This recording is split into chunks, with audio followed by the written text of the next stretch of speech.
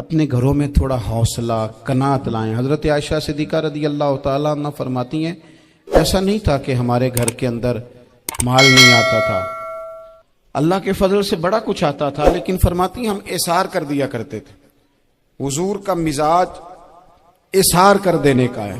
یاد رکھنا، شمع سے اگر کئی شمع جل جائیں تو اس کی روشنی میں کبھی کمی نہیں آتی، ہزاروں دیے بھی جل جائیں تو یہ دیے ماند نہیں پڑتے۔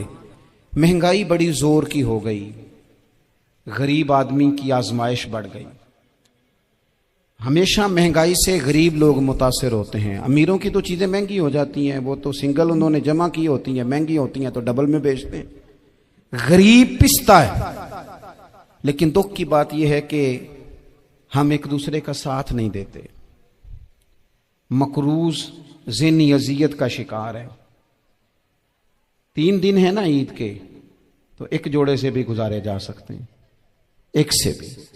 اکثر لوگ تو ویسے ہی عید کی نماز پڑھ کے سو جاتے ہیں، اور جو بیدار بھی ہیں وہ بھی کپڑے بدل کر کے جانور کے ذبح میں مشغول ہیں۔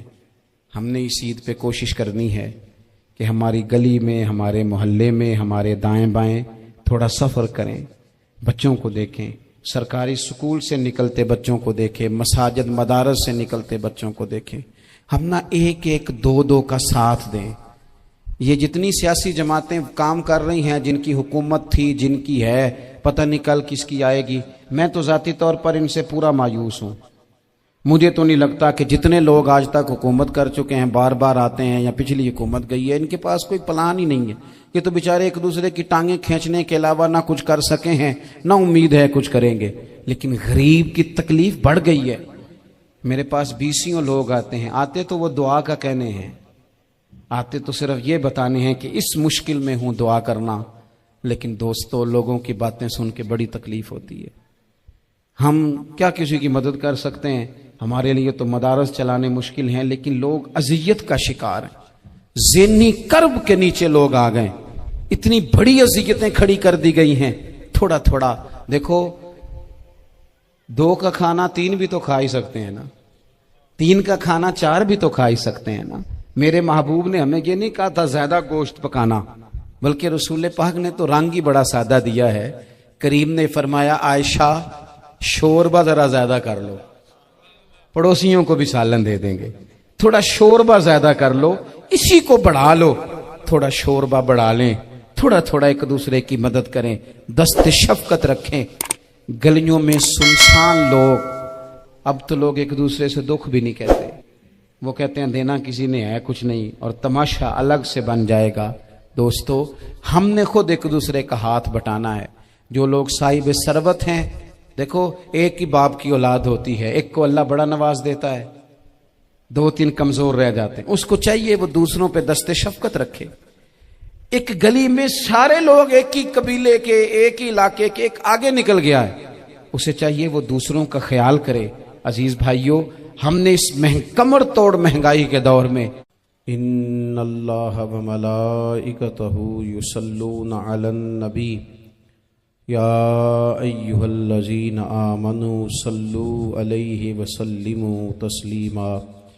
الصلاۃ والسلام علیک یا سیدی یا رسول اللہ وعلی آلک واصحابک یا سیدی یا حبیب اللہ۔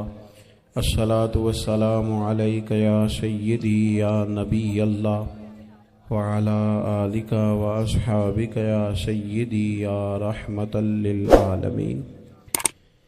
تمام تعریفیں، حمد و ثنا اللہ تعالیٰ جل مجدہ الکریم کے لیے، اور درود و سلام نبی اکرم نور مجسم شفیع معظم آقا کل ختم رسول دانائے سبل احمد مجتبیٰ جناب حضرت محمد مصطفیٰ صلی اللہ تعالی علیہ وسلم کی ذات والا صفات کے لیے حمد و صلات کے بعد، اس دارالعلوم کے ان خوبصورت طلباء کرام کی دستار فضیلت کے موقع پر آج کی اس تقریب سعید کا انعقاد کیا گیا ہے۔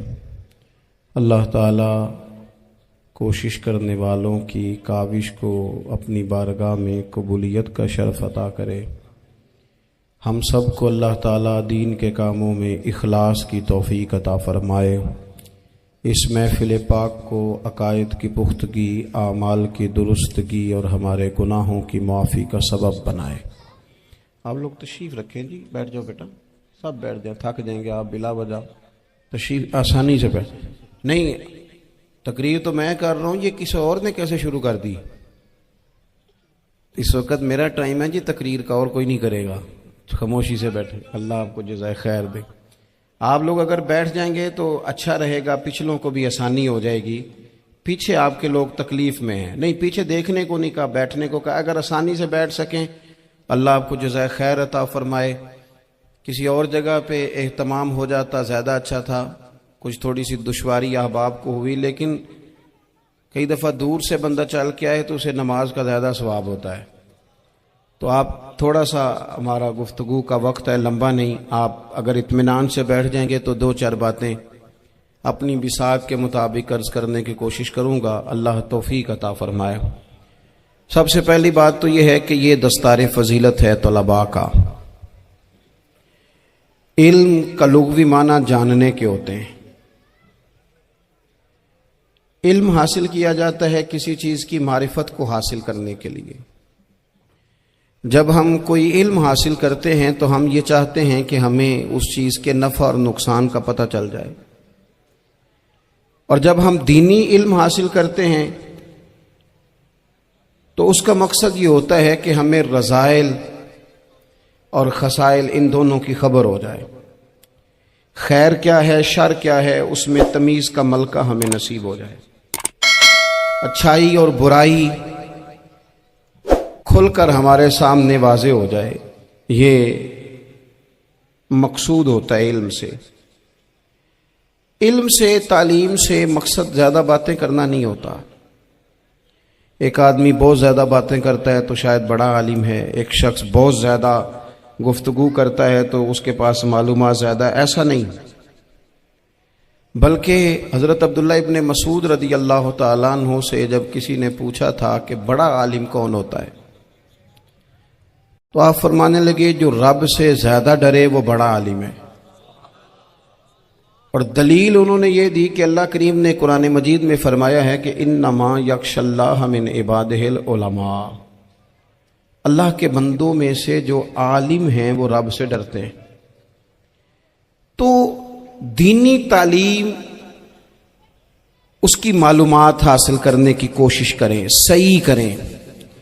قرآن مجید کی ایک آیہ کریمہ کا کچھ حصہ جو میں نے تلاوت کیا، اس میں اللہ کریم نے فرمایا اپنے محبوب سے، کہا وَقُلْ رَبِّ زِدْنِی عِلْمًا، اے محبوب آپ میری بارگاہ میں یہ دعا مانگیں، آپ یہ عرض کریں کہ اے رب میرے علم میں اضافہ کر دے، اے مالک میرے علم میں اضافہ کر دے۔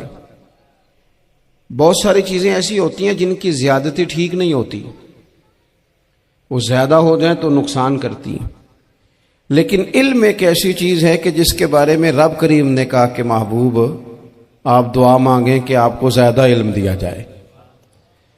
اور پھر علم ایک ایسی چیز ہے کہ کوئی بھی آدمی یہ دعویٰ نہ کرے کہ میں نے اب بڑا حاصل کر لیا ہے، میری اب تکمیل ہو گئی ہے، میں اب مکمل ہو گیا ہوں۔ جن کو اللہ نے غیب کے خزانوں کی کنجیاں دی ہیں نا، ان سے بھی رب کریم نے کہا ہے کہ محبوب آپ دعا کریں کہ مالک میرے علم میں اضافہ کر دے۔ تو جب وہاں تک یہ بات ہے تو پھر عام آدمی کو بھی چاہیے کہ وہ اپنی معلومات میں اضافے کا شوق پیدا کرے۔ اور تیسری بات یہ کہ جو حضور کے علم شریف پر بات کرتے ہیں وہ بھی اس آیت سے سیکھیں کہ حضور کا علم تو ہر روز رب اس میں اضافہ فرما رہا ہے، تو ہر روز اضافہ ہو رہا ہے۔ وَلَلْآخِرَةُ خَيْرٌ لَكَ مِنَ الْأُولَىٰ، ہر روز ترقی ہو رہی ہے حضور کے علم شریف کی بھی۔ تو ہمارے ہاں زیادہ تر لوگ بات اس لیے سیکھتے ہیں کہ میں کوئی کہیں سے مسئلہ سیکھوں گا پھر جا کے اپنی مسجد کے امام کو تنگ کروں گا کہ وہاں تو میں یہ سن کے آیا ہوں تو یہاں یہ کام کیوں نہیں ہوتا۔ میں کوئی بات سیکھوں گا تو پھر میں اس سے بحث کا دروازہ کھولوں گا۔ علم کا مطلب ہی اپنے آپ کو سنوارنا ہے، معلومات حاصل کرنے کا مطلب یہ کہ آپ کے عمل میں پختگی آئے، آپ کے کردار میں پختگی آئے، آپ نے جو سیکھا ہے آپ اس کے مطابق اپنے آپ کو ڈھالیں۔ مسلم شریف میں موجود ہے، نبی پاک صلی اللہ علیہ وسلم نے دعا مانگی ہے، اے اللہ میں اس علم سے تیری پناہ مانگتا ہوں جو علم تو ہو پر نفع والا نہ ہو۔ جس بندے کے علم نے اسے نفع نہیں دیا، وہ کچھ سیکھ نہیں سکا اس سے، تو اس کا علم کسی کو کیا نفع دے گا؟ جب خود سے اس نے، اور صوفیہ کرام تو فرماتے ہیں کہ جو لوگ بڑی معلومات حاصل کر لیں، بڑی باتیں سیکھ لیں، پنچایت میں کسی کو بولنے نہ دیں، گھر میں کسی کو بولنے نہ دیں، بہت سارے لوگ تو علماء کو بھی مشورہ دیتے ہیں، بڑی باتیں کرے، لیکن عمل کے لحاظ سے بندہ زیرو ہو تو اہل دل فرماتے ہیں اس کی صحبت سے بچو۔ اسے بڑا پتہ ہے، بڑی باتیں آتی ہیں، بڑی باتیں آتی ہیں، بڑی باتیں کرتا ہے، لیکن گفتگو کی حد تک تو بہت بڑا ہے، عمل کے معاملے میں صفر ہے۔ بہت سارے لوگ مسجد کے حجرے میں میٹنگ ہو رہی ہوتی ہے اور وہ لمبی لمبی دلیلیں اور مشورے دے رہے ہوتے ہیں، نماز کا ٹائم آ جائے تو اٹھ کے چلے جاتے ہیں، کہتے ہیں میں اپنے محلے دی مسیتیں پڑھنی ہیں۔ کئیوں کو کام یاد آ جاتا ہے۔ فرمایا کہ شخص کے پاس معلومات بڑی ہوں لیکن عمل کے معاملے میں بندہ زیرو ہو تو اسے بچنا کیوں؟ اس لیے کہ اگر پڑھا لکھا آدمی بے عمل ہونا تو وہ اپنی بے عملی پر بھی دلیلیں پیش کرتا ہے۔ وہ کہتا ہے میں یہ کام نہیں کرتا تو یہ میرے پاس دلیل ہے، وہ تو بے عملی کو بھی مزین کر دے گا معاذ اللہ۔ تو دینی تعلیم ایک تو حاصل اس لیے کریں کہ ہم نے اپنے آپ کو سنوارنا ہے، اور دوسرا علم کا شوق طبیعت میں ہو۔ دیکھیں نا، اللہ کے حبیب صلی اللہ علیہ وسلم نے فرمایا ہے کہ جو علم کے رستے پہ چل پڑا وہ جنت کے رستے پہ چل پڑا ہے۔ جمعوں میں، محفلوں میں کانوں کے ذائقے کے لیے نہ آئیں، اس لیے آئیں کہ میرے علم میں، میرے عمل میں یہ کوئی اضافے کی بات بنے گی، میں کوئی نصیحت حاصل کروں گا تو میرے دل کا زنگ اترے گا۔ ہمارے ہاں یہاں لوگ مزے کے لیے آتے ہیں اور آج کل لوگ فوٹو کے لیے آتے ہیں۔ ان دو کاموں سے نکل کر خالص اصلاح کی نیت سے علم کا شوق، ہمارے ہاں تیزی سے ایک حرکت کی گئی، علماء کا وقار خراب کیا گیا اور لوگوں کو دینی علوم سے دور کیا گیا، اور اس میں بعض بیچارے واعظین اور خطباء نے بھی کردار ادا کیا جب جعلی پیر کی تعریفیں کھول کے کی، اور اسے پتہ نہیں کہاں تک۔ یہ اسٹیج ہوتے ہیں نا، ان میں کوئی بندہ اچھا لگے بھی تو اس کے لیے دعا کرنی چاہیے، تعریفیں نہیں کرنی چاہیے۔ تعریفیں اس کا کوئی فائدہ نہیں ہے، اس بندے کو تو دعا کا فائدہ ہے، اگر آپ کو اچھا لگ رہا ہے تو اسے دعا دیں، اس سے زیادہ کچھ نہیں کریں۔ اور ہمارے ہاں جناب وہ نقیب محفل بیچارے کی شامت آ جاتی ہے اگر تعریفیں تھوڑی کرے تو، کہتے ہیں انہوں تو نام ہی نہیں لینا ہوں۔ اور بھائی اس کے نام لینے سے آپ کا قد اونچا ہوتا ہے۔ تو علم اور عالم، ان دونوں چیزوں سے قوم کو دور کیا گیا۔ دینی تعلیمات کا فقدان ہے۔ جو میٹرک تک لوگ 60-70 کتابیں پڑھ جاتے ہیں انہیں بھی قرآن پاک ٹھیک سے نہیں پڑھنا آتا، دور کیا گیا۔ آپ مجھے بتائیے، چلیں ایک مسجد ہی آپ دیکھ لیں، اس مسجد کے اندر اگر ایک طرف ایک عالم دین مشکات شریف کھول کے بیٹھے ہوں، حدیث پاک کا درس ہو رہا ہے، یا بحر شریعت کھول کے بیٹھے ہیں، فقہی مسائل بیان کیے، اور اسی مسجد میں ایک بابا جی جبہ پہن کے تگڑا سا بڑی سی پگڑی باندھ کے اور 500 دانے والی تسبیح لے کے بیٹھے ہیں، اب ایک بندہ اندر آتا ہے تو وہ کدھر جائے گا؟ عالم کی طرف کہ بابا جی کی طرف؟ وہ کیوں جا رہا ہے بھلا بابا جی کی طرف؟ وہ اس لیے کہ ہم نے اسے یہ بتایا ہی نہیں کہ جس طرح سبحان اللہ سبحان اللہ سبحان اللہ پڑھنا عبادت ہے نا، اسی طرح دارابا پڑھنا بھی عبادت ہے۔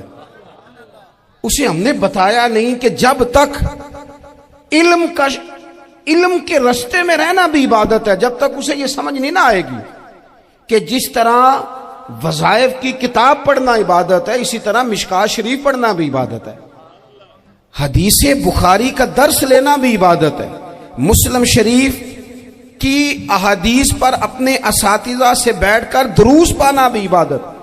جب تک یہ پورا مزاج دیکھیں نا، نبی پاک صلی اللہ علیہ وسلم نے فرمایا رات کی ایک گھڑی بھر دین سیکھ لینا ساری رات نفل پڑھنے سے بہتر ہے۔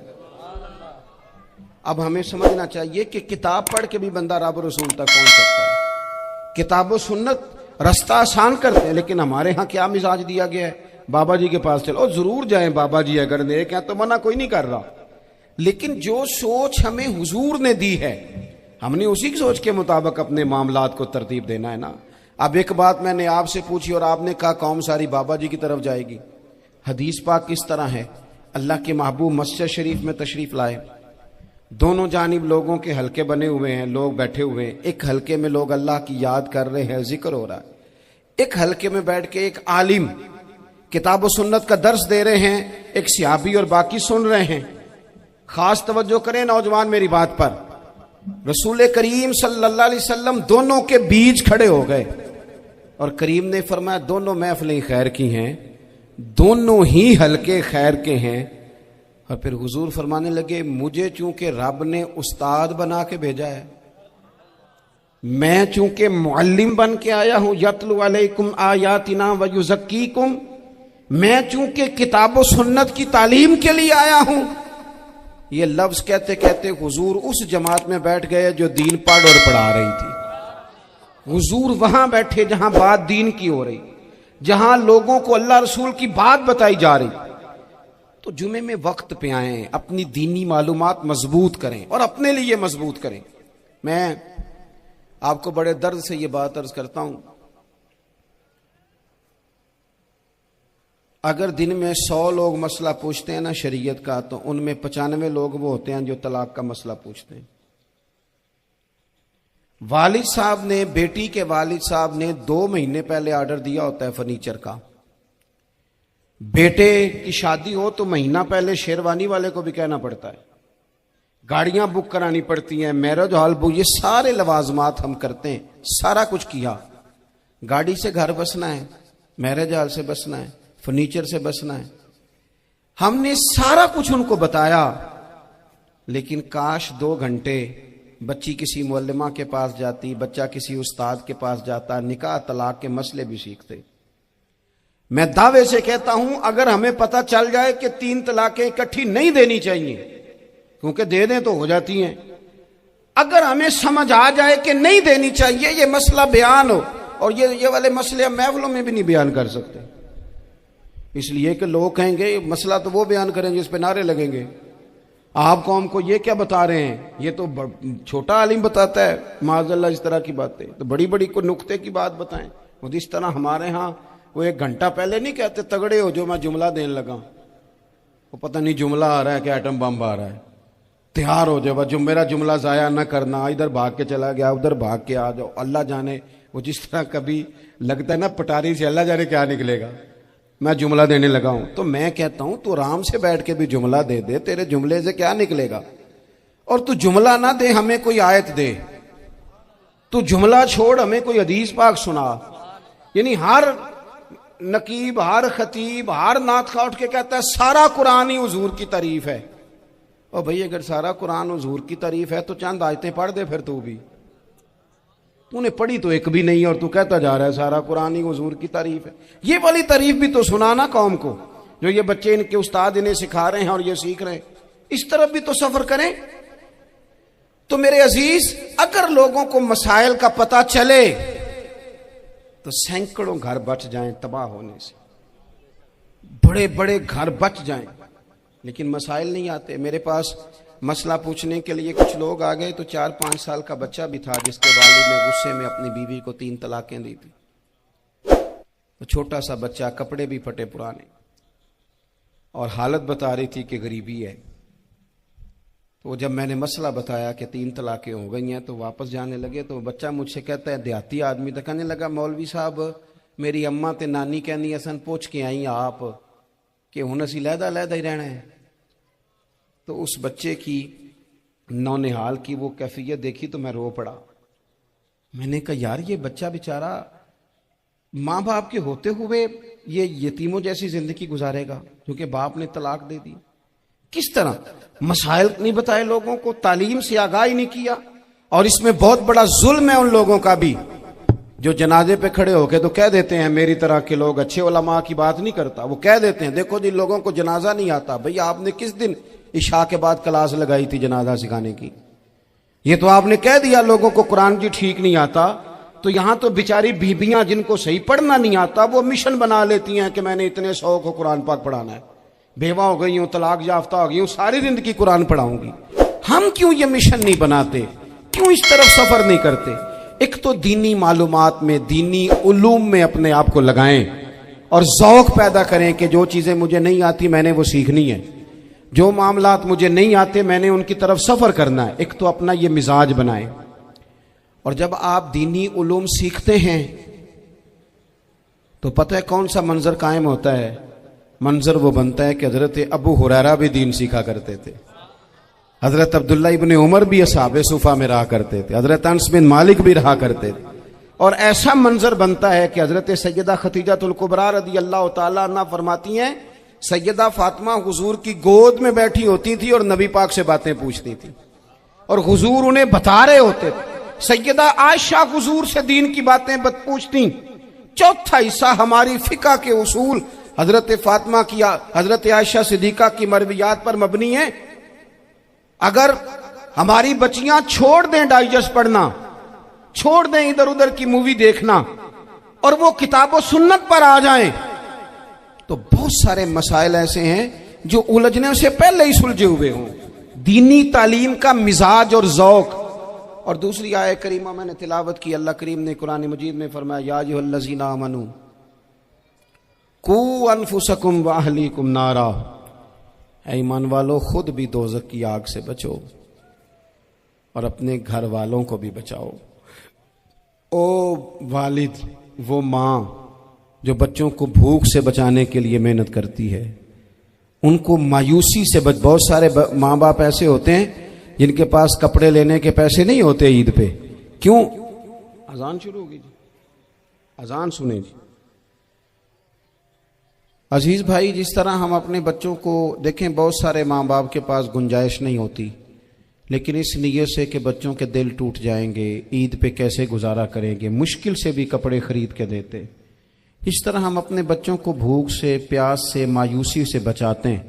اس طرح ہمارے رب نے ہمارے ذمے لگایا ہے کہ تم اپنے بچوں کو کوشش کرو دوزخ کی آگ سے بچانے کی۔ حضرت عمر فاروق رضی اللہ تعالیٰ عنہ نے عرض کیا تھا یا رسول اللہ صلی اللہ تعالیٰ علیہ وسلم، اس آیہ کریمہ کا معنی کیا ہے؟ تو محبوب کریم علیہ السلام نے فرمایا عمر، جن چیزوں کا اللہ تمہیں حکم دیتا ہے تم اپنے گھر والوں کو ان چیزوں کا حکم دو، جن چیزوں سے رب رسول تمہیں منع کرتے ہیں اپنے گھر والوں کو ان سے روکو، اپنے گھر کے اندر نفاذ دین کرنے کی کوشش کرو۔ میرے بھائی، بہت زیادہ آزمائش ہے ہمارے گھروں میں، بے چینیاں ہیں، اضطراب ہے، بچوں میں سختی ہے، بہن بھائی ایک دوسرے کے ساتھ لڑتے ہیں، مزاجوں میں تلخی آ گئی۔ کیوں بھلا؟ اس لیے کہ ماں باپ کو جو بہترین کردار اور جو حسین طریقہ گھر میں اپنانا چاہیے تھا، بچے تقریر باہر سے سنتے ہیں لیکن وہ فالو اپنے ماں باپ کو کرتے ہیں۔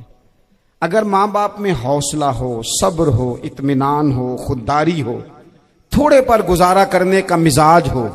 دیکھیں نا، آج ڈپریشن ہے، ٹینشن ہے، پینکس اٹیکس ہیں، بڑی ساری چیزیں آ گئی ہیں۔ کیوں بھلا؟ صبر نہیں، تحمل نہیں، بردباری نہیں۔ آزمائے ایک دن ایک بچہ میرے پاس آ گیا مدرسے کا اور آ کے وہ رونے لگا۔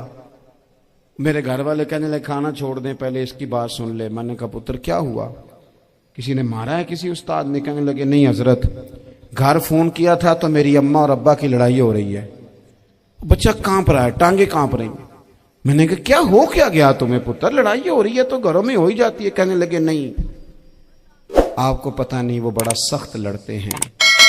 میرے والد جب میری والدہ کو مارنے کے لیے آگے بڑھتے ہیں تو ہم سارے چارپائیوں کے نیچے چھپ جاتے ہیں، ہمیں خوف آتا ہے، وہ منظر خطرناک ہوتا ہے۔ یہ کون تکلیف دے رہا ہے اپنے بچوں کو؟ یہاں بیٹھے ہمارے ہاں میلوں دور رہتے تھے اس کے گھر والے، تو وہ تکلیف میں تھا، تو گھر میں کیا کیفیت ہوگی؟ اگر حوصلہ ہو، صبر ہو، قناعت ہو، اللہ کے دیے ہوئے تھوڑے رزق پر ہمیں راضی رہنا آتا ہو، ہمارے گھروں میں سکون آئے، اطمینان آئے، ہم جو زندگی بڑی خوشی خوشی گزار سکتے ہیں۔ ہمارے مزاجوں کا لالچ، ہماری طبیعتوں کی بے راہ روی، ہماری جھوٹی انا کا بت، ان ساری چیزوں کو ختم کر دیتا ہے۔ اپنی زندگی کے اندر اگر ہم وہ کردار اپنے بچوں کو دیں جس کردار میں موبائل بھی ہو، جس میں گاڑی بھی ہو، جس میں پیسے بھی لا کے ابا دراز میں رکھتا ہو، لیکن والد کا گھر میں مصلی بھی موجود ہو، اس کی کوئی تسبیح بھی ہو، وہ یہ بھی کہتا ہو کہ خدا نے اپنے فضل سے آج 5,000 دیا ہے تو اس میں 1,000 غریبوں کا بھی ہے، اس میں تھوڑا سا میں نے اللہ کی رضا کے لیے بھی رکھا ہے، اگر کوئی مشکل آ جائے تو وہ باپ اور ماں کو صبر کرتا ہوا دیکھتے ہوں، اگر ایک باپ کر بات کرے تو دوسرا برداشت کرتا ہو۔ خدا را اپنی اولادوں کو اس اذیت کا شکار نہ کرو، اپنے گھروں کے اندر وہ خودداری، وہ پیار، وہ وقار، وہ محبت، وہ انداز۔ آپ تھکے ہوئے ہیں، کوئی شک نہیں، آپ بہت سارے مسائل کا باہر شکار ہوں گے، کوئی شک نہیں، لیکن آپ باہر سے تھک کے آئے ہیں، اور اگر آپ باہر اپنی فیکٹری کے مالک ہیں اور دفتر کے بڑے ہیں تو گھر میں بھی تو آپ بڑے ہیں نا، آپ کی ماں بھی تو انتظار کر رہی ہے، اس نے بھی تو دکھڑا سنانا ہے نا آپ کو۔ آپ یہ دیکھیے کہ آپ کے بچے بھی تو انتظار کر رہے ہیں، وہ چاہتے ہیں کہ ابا آ کے بیٹھے تو ہم ان کے سینے پہ چڑھ کے تھوڑا کھیلیں۔ آپ کی اہلیہ منتظر ہیں، کچھ باتیں بیوی کسی اور سے نہیں کہہ سکتی، صرف اپنے شوہر سے کہتی ہے، لیکن وہ تو آتے ہی جلال میں آ گئے صاحب، وہ کہنے لگے تو بڑی نالائق ہے، میں تھکا ماندہ آیا ہوں اور تو نے مجھے کہانی سنا دی ہے۔ وہ اس خاتون سے شدت کے ساتھ پیش آنے لگے۔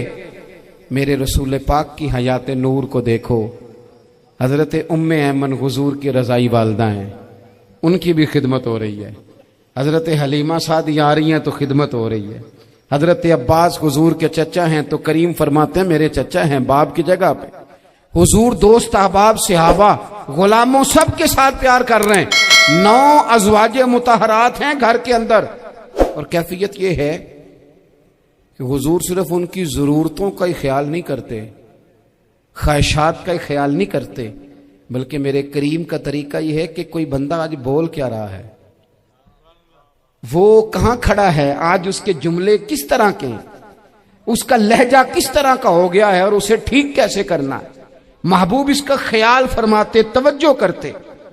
میں کہتا ہوں کہ ہم سب کو شوق آیا ہے آرام کرنے کا۔ میں صبح 11 بجے سے پہلے اپنے گھر سے نکل آیا تھا، اور یہ وقت آ گیا ہے اور رات کو خدا جانے کس وقت گھر پہنچنا ہے۔ کئی دفعہ کیفیت یہ ہوتی ہے کہ گاڑی سے اترتے ہیں تو پھر دل کرتا ہے کہ کوئی اٹھا کے چلائے نہ کبھی، اس کے باوجود بہت سارے لوگ ناراض رہتے ہیں کہ ہم سے مل کے نہیں گئے، فوٹو نہیں کھنچوا کے گئے، فلانی جگہ چائے نہیں پی کے گئے۔ یہ تسلسل ہے، لیکن میں جتنا مرضی تھکا ماندہ گھر جاؤں گا نا، کبھی ایسا نہیں ہوا کہ میں گھر جاؤں تو بڑی ٹینشن میں جاؤں۔ میری گھر والی ایک دن مجھ سے کہنے لگی آپ نے کبھی نہیں کہا کہ میں تھکا ہوا ہے، بندہ تھک بھی تو جاتا ہی ہے نا، کبھی کہاں کرے نا۔ میں نے اسے کہا پتہ کیوں نہیں کہتا، اس لیے نہیں کہتا کہ میں نہیں چاہتا کہ میرے بچے یہ کہیں کہ ہم نے دین نہیں پڑھنا، ہمارا باپ تو بڑی مشکل میں ہے۔ ہم اپنے کام کے بارے میں اپنے گھر میں شکوے کرتے ہیں، آپ کسی بچے سے پوچھ لیں کون سا کام کرنا ہے، کہنا جڑا ابا جی کر دے رہے وہ نہیں کرنا۔ کیوں کہ ابا جی ہر روز تو کہتے ہیں میں بڑا الجھ گیا ہوں، یہ کام بڑا مشکل ہے۔ میں چاہتا ہوں کہ میں اپنے بچوں کو یہ بتاؤں کہ پتر میں تو جدھر جاتا ہوں پھول ہی پھول ہیں، میں تو جدھر سے گزرتا ہوں محبت ہی محبت ہے، میں تو جدھر سے دیکھتا ہوں دعائیں ہی ملتی ہیں، تاکہ ان کا شوق پیدا ہو۔ میرے عزیز آپ تھوڑا سا دل بڑا کریں، اگر آپ ایک کی وجہ سے پورا گھر سکون میں آ جاتا ہے تو آپ دل بڑا کیوں نہیں کرتے؟ جگہ ڈھونڈتے ہیں بس مجھے کوئی تنگ نہ کرے، کوئی میری باپ ماں بدولت کو کوئی پریشان نہ کرے۔ بخاری شریف سنیے، حضرت عائشہ صدیقہ رضی اللہ تعالیٰ عنہ بیٹھی ہیں، حضور فرمانے لگے عائشہ آج ایک بات نہ بتاؤں تمہیں؟ یا رسول اللہ بتائیے۔ حضور فرمانے لگے جب تم مجھ سے ناراض ہوتی ہو تب بھی مجھے پتہ چل جاتا ہے، اور جب راضی ہوتی ہو پھر بھی پتہ چل جاتا ہے۔ تو حضرت سید عائشہ صدیقہ بات سن کے بڑی خوش ہوئی، یا رسول اللہ وہ کیسے؟ حضور فرمانے لگے کبھی کبھی تم قسم اٹھاتی ہو۔ یا رسول اللہ ہاں۔ فرمایا جب ہوتی ہو نا راضی خوش تو پھر کہتی ہو مجھے رب محمد کی قسم صلی اللہ علیہ وسلم، پھر تم میرے نام کے ساتھ رب کریم کا نام ملا کے قسم اٹھاتی ہو، رب محمد کی قسم۔ یا رسول اللہ بالکل ایسے ہی ہے. اور فرمایا جب تمہارے دل میں کوئی بات ہوتی ہے نا تو پھر تم کہتی ہو مجھے رب ابراہیم علیہ السلام کی قسم، پھر تم رب محمد نہیں کہتی.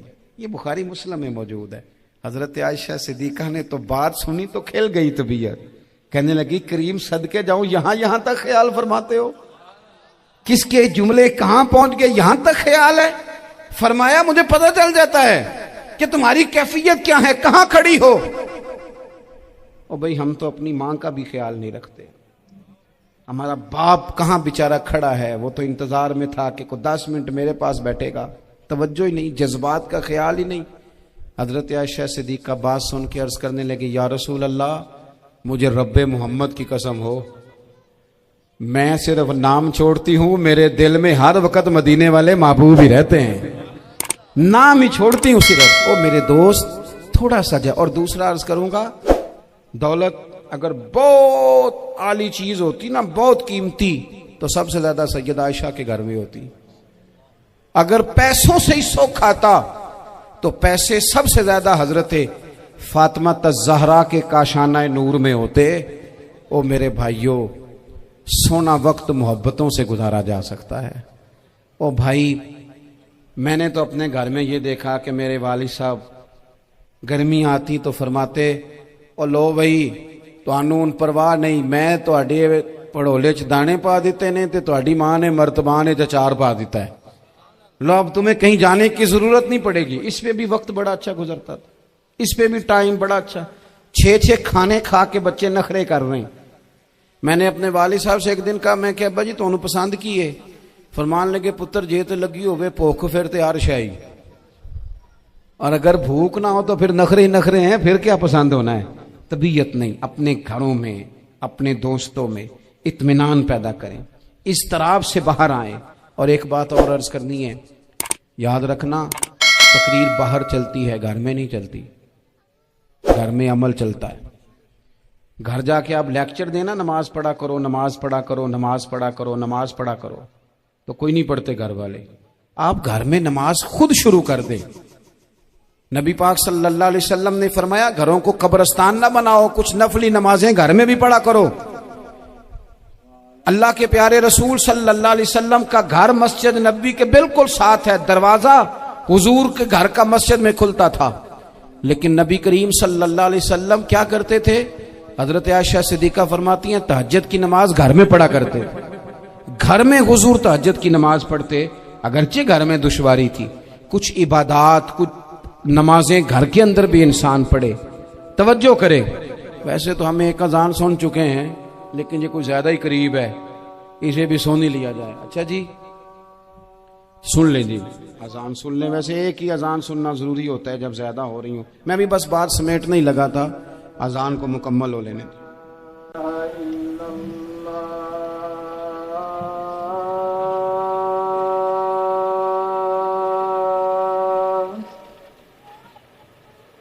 أشهد أن لا إله إلا الله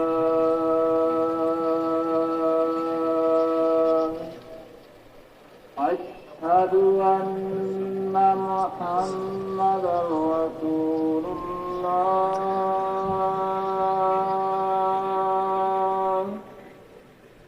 أشهد أن محمد رسول الله حي على الصلاة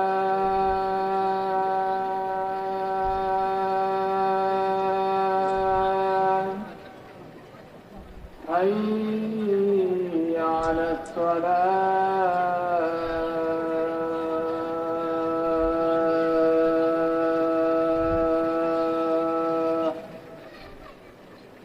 حي على الفلاح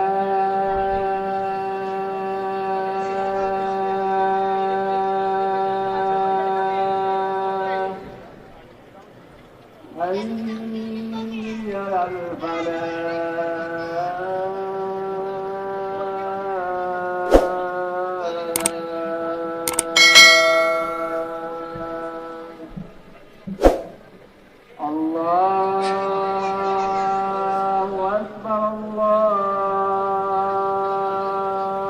أكبر لا إله إلا الله. ایک آخری گزارش آپ حضرات سے کرنی ہے. اتنا بڑا مجمع ہے, اتنے سارے لوگ تشریف لائے ہیں. ایک گزارش آپ حضرات کی خدمت میں رکھ کے بس میں نے بات کو سمیٹنا ہے. دو باتیں میں نے آپ کی خدمت میں عرض کی ہیں. ایک تو دینی علم کا ذوق پیدا کریں, اور دوسرا اپنے گھروں میں تھوڑا ٹھہراؤ لائیں. تھوڑا سا اپنے, یہ بچوں کے دستار فضیلت کا اجتماع تھا اس لیے میں نے یہ بات عرض کی, اپنے گھروں میں تھوڑا حوصلہ قناعت لائیں. حضرت عائشہ صدیقہ رضی اللہ تعالیٰ عنہ فرماتی ہیں ایسا نہیں تھا کہ ہمارے گھر کے اندر مال نہیں آتا تھا, اللہ کے فضل سے بڑا کچھ آتا تھا, لیکن فرماتی ہیں ہم احسار کر دیا کرتے تھے. حضور کا مزاج احسار کر دینے کا ہے. یاد رکھنا, شمع سے اگر کئی شمع جل جائیں تو اس کی روشنی میں کبھی کمی نہیں آتی. ہزاروں دیے بھی جل جائیں تو یہ دیے ماند نہیں پڑتے. مہنگائی بڑی زور کی ہو گئی, غریب آدمی کی آزمائش بڑھ گئی. ہمیشہ مہنگائی سے غریب لوگ متاثر ہوتے ہیں. امیروں کی تو چیزیں مہنگی ہو جاتی ہیں, وہ تو سنگل انہوں نے جمع کی ہوتی ہیں, مہنگی ہوتی ہیں تو ڈبل میں بیچتے ہیں. غریب پستا ہے. لیکن دکھ کی بات یہ ہے کہ ہم ایک دوسرے کا ساتھ نہیں دیتے.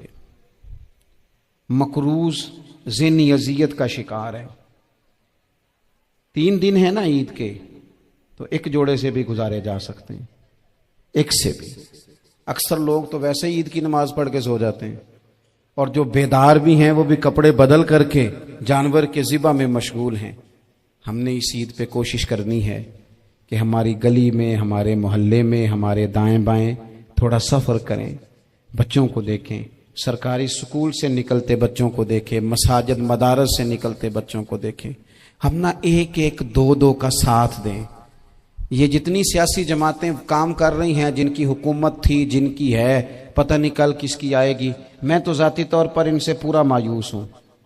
مجھے تو نہیں لگتا کہ جتنے لوگ آج تک حکومت کر چکے ہیں, بار بار آتے ہیں یا پچھلی حکومت گئی ہے, ان کے پاس کوئی پلان ہی نہیں ہے. یہ تو بیچارے ایک دوسرے کی ٹانگیں کھینچنے کے علاوہ نہ کچھ کر سکے ہیں, نہ امید ہے کچھ کریں گے. لیکن غریب کی تکلیف بڑھ گئی ہے. میرے پاس 20 لوگ آتے ہیں, آتے تو وہ دعا کا کہنے ہیں, آتے تو صرف یہ بتانے ہیں کہ اس مشکل میں ہوں دعا کرنا. لیکن دوستو, لوگوں کی باتیں سن کے بڑی تکلیف ہوتی ہے. ہم کیا کسی کی مدد کر سکتے ہیں؟ ہمارے لیے تو مدارس چلانے مشکل ہیں, لیکن لوگ اذیت کا شکار ہیں. ذہنی کرب کے نیچے لوگ آ گئے. اتنی بڑی اذیتیں کھڑی کر دی گئی ہیں. تھوڑا تھوڑا دیکھو, 2 کا کھانا 3 بھی تو کھا ہی سکتے ہیں نا, 3 کا کھانا 4 بھی تو کھا ہی سکتے ہیں نا. میرے محبوب نے ہمیں یہ نہیں کہا تھا زیادہ گوشت پکانا, بلکہ رسول پاک نے تو رنگ ہی بڑا سادہ دیا ہے. کریم نے فرمایا عائشہ شوربہ ذرا زیادہ کر لو, پڑوسیوں کو بھی سالن دے دیں گے. تھوڑا شوربہ زیادہ کر لو, اسی کو بڑھا لو, تھوڑا شوربہ بڑھا لیں, تھوڑا تھوڑا ایک دوسرے کی مدد کریں, دست شفقت رکھیں. گلیوں میں سنسان لوگ, اب تو لوگ ایک دوسرے سے دکھ بھی نہیں کہتے, وہ کہتے ہیں دینا کسی نے ہے کچھ نہیں, اور تماشا الگ سے بن جائے گا. دوستو, ہم نے خود ایک دوسرے کا ہاتھ بٹانا ہے. جو لوگ صاحب ثروت ہیں, دیکھو ایک ہی باپ کی اولاد ہوتی ہے, ایک کو اللہ بڑا نواز دیتا ہے, 2-3 کمزور رہ جاتے ہیں. اس کو چاہیے وہ دوسروں پہ دست شفقت رکھے. ایک گلی میں سارے لوگ ایک ہی قبیلے کے, ایک ہی علاقے کے, ایک آگے نکل گیا ہے, اسے چاہیے وہ دوسروں کا خیال کرے. عزیز بھائیوں, ہم نے اس کمر توڑ مہنگائی کے دور میں نے جمعے میں امیر لوگوں سے کہا تھا کہ قربانیاں کرنی تو ہے ہی, تو تم تو سارا سال گوشت کھاتے ہو. کیا آپ کو بتاؤں کہ ہم اس وطن میں رہتے ہیں جہاں فریج اور فریزر بڑی عید سے پہلے زیادہ بکتے ہیں. فریج نہیں لے آؤ, بڑی لے آؤ, چونکہ گوشت سیو کرنا ہے, سارا سال بھی تو ملتا ہے نا امیروں. میں نے تو کہا تھا اس گاؤں میں لے جاؤ جہاں قربانی کوئی نہیں کر رہا, ذبح ہی وہاں جا کے کر لو.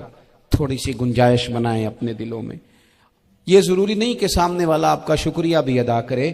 حضرت عائشہ صدیقہ رضی اللہ تعالی عنہ, اماں جی ایک کنیز رکھی ہوئی تھی, حضرت عثمان غنی نے دی تھی کہ آپ کی خدمت کریں گی. تو وہ کنیز کہتی ہے کہ اماں جی تو میری بھی روٹیاں پکا دیتی تھی. وہ تو میرے لیے بھی کھانے کا اہتمام کر دیتی تھی، لیکن کوئی دروازے پہ اگر مانگنے آتا تو حضرت عائشہ صدیقہ مجھے کہتی اسے خیرات دے آؤ، تو میں کہتی اماں جی یہ کام تو لوگ دوڑ کے کرتے ہیں اور آپ یہ مجھے کہہ رہی ہے میں کر دوں؟ تو حضرت عائشہ فرماتی جب کوئی بندہ کسی کو دیتا ہے تو وہ شکریہ ادا کرتا ہے، میں چاہتی ہوں وہ شکریہ بھی تیرا ہی ادا کر جائے، میں نے جو اجر لینا ہے وہ رب کی بارگاہ سے لینا ہے۔ تو میرے بھائی اپنی زندگی میں تھوڑا سا تو دل بڑا کریں، تھوڑی تھوڑی گنجائش پیدا کریں، اور یہ ضروری نہیں کہ اس بندے کا آپ سے بڑا اچھا سلوک ہی ہو، نہ بھی ہو اس غریب کا سلوک اچھا، تو بعض اوقات بندہ غریبی میں تلخ بھی تو ہو ہی جاتا ہے نا۔ بعض اوقات انسان پہ غربت زیادہ آ جائے تو اس کی طبیعت بھی تو، بیمار آدمی سخت بھی تو ہو جاتا ہے۔ تو میری آپ سے یہ گزارش ہے کہ یہ جو دن چل رہے ہیں وہ ہمارے ہاں ہمارے حکمران کہتے ہیں مزید سخت فیصلے کرنے پڑیں گے۔ میں نے کہا تمہارے لیے تو آسان ہے، اس لیے کہ تم تو جس دفتر میں بیٹھ کے فیصلہ کرتے ہو اس کی تو بتی کوئی نہیں جاتی، تمہیں کیا پتا ہو، وہاں تو اے سی بھی 1 منٹ کے لیے بند نہیں ہوتا۔ یہ تو اس سے پوچھو باپ سے کہ جو عید سے پہلے اپنی بیوی سے مشورہ کر رہا ہے کہ عید آ گئی ہے، اگر بیٹی کے گھر کپڑے نہ بھیجے تو اس کی ساس باتیں کرے گی۔ یہ چھوٹی عید گزری تھی نا، تو ہمارے ہاں کچھ لوگ سمجھتے ہیں کہ سخاوت صرف رمضان میں ہی کرنی ہے، اور رمضان میں ثواب زیادہ ہے، ورنہ راشن ونڈن والے لوگ کو عیدوں بعد بھی بھوک لگ دیجئے، عید کے بعد بھی اسی طرح ہی غریب کے ساتھ پیٹ ہوتا ہے، لیکن توجہ نہیں۔ ایک تو ذوق علم پیدا کریں، ایک اپنے گھر میں اطمینان کا ماحول لائیں۔ تیسری گزارش یہ ہے کہ مہنگائی اور سختی کے اس دور میں اپنے مسلمان بھائیوں کا، عزیزوں کا، اہل محلہ کا ہاتھ بٹائیں، پیار کریں۔ اللہ کے حضور دعا ہے اللہ ہماری اس حاضری کو قبولیت کا شرف عطا کرے۔ آخر دعوانا ان الحمدللہ رب العالمین۔ صاحب سے دستار بندی کا شرف حاصل کر رہے ہیں حافظ محمد ابو بکر صاحب۔ حافظ محمد ابو بکر صاحب جی۔ حافظ محمد عدنان کاشف صاحب۔ حافظ محمد عدنان کاشف صاحب قبلہ پیر صاحب سے دستار فضیلت حاصل کرنے کا شرف حاصل کر رہے ہیں حافظ محمد عدنان کاشف صاحب۔ اس کے بعد حافظ احمد رضا صاحب۔ حافظ احمد رضا قبلہ پیر صاحب سے دستار بندی کا شرف حاصل کر رہے ہیں حافظ احمد رضا۔